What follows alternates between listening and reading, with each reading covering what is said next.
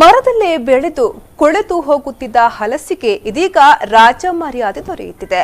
ಹಲಸಿನಿಂದ ತಯಾರಿಸುವ ವಿವಿಧ ಪ್ರಕಾರದ ತಿಂಡಿ ತಿನಿಸುಗಳಿಗೆ ಇತ್ತೀಚಿನ ದಿನಗಳಲ್ಲಿ ಭಾರೀ ಬೇಡಿಕೆಯಿದೆ.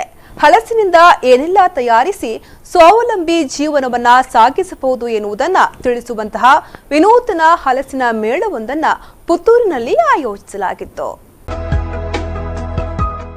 ಸುಮಾರು 50ಕ್ಕೂ ಮಿಕ್ಕಿದ ಹಲಸಿನ ವಿವಿಧ ಪ್ರಕಾರದ ತಿನಿಸುಗಳನ್ನು ಮಾರಾಟ ಮಾಡುವ ಮಳಿಗೆಗಳು ಈ ಮೇಳದಲ್ಲಿ ವಿಶೇಷ ಆಕರ್ಷಣೆಯಾಗಿತ್ತು.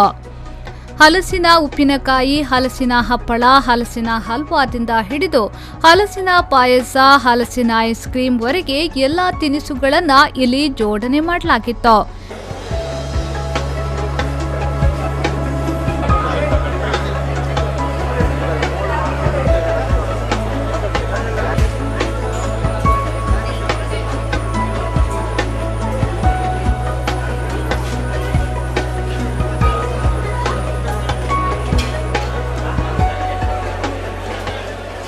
ಹಿಂದಿನ ಕಾಲದಲ್ಲಿ ತುಳುನಾಡಿನ ಬಡವರು ಮಳೆಗಾಲದಲ್ಲಿ ಹಲಸಿನ ಹಣ್ಣನ್ನೇ ತಿಂದು ಬದುಕು ಸಾಗಿಸುತ್ತಿದ್ದ ದಿನಗಳಿತ್ತು.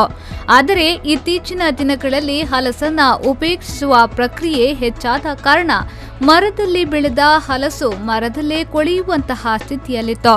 ಆದರೆ ಇದೀಗ ಮತ್ತೆ ಹಲಸಿಗೆ ರಾಜ ಮರ್ಯಾದೆ ದೊರೆತಿದ್ದು ಸಮಾಜದ ಎಲ್ಲಾ ವರ್ಗದ ಜನರ ಅಚ್ಚುಮೆಚ್ಚಿನ ಹಣ್ಣಾಗಿ ಗುರುತಿಸಿಕೊಂಡಿದೆ.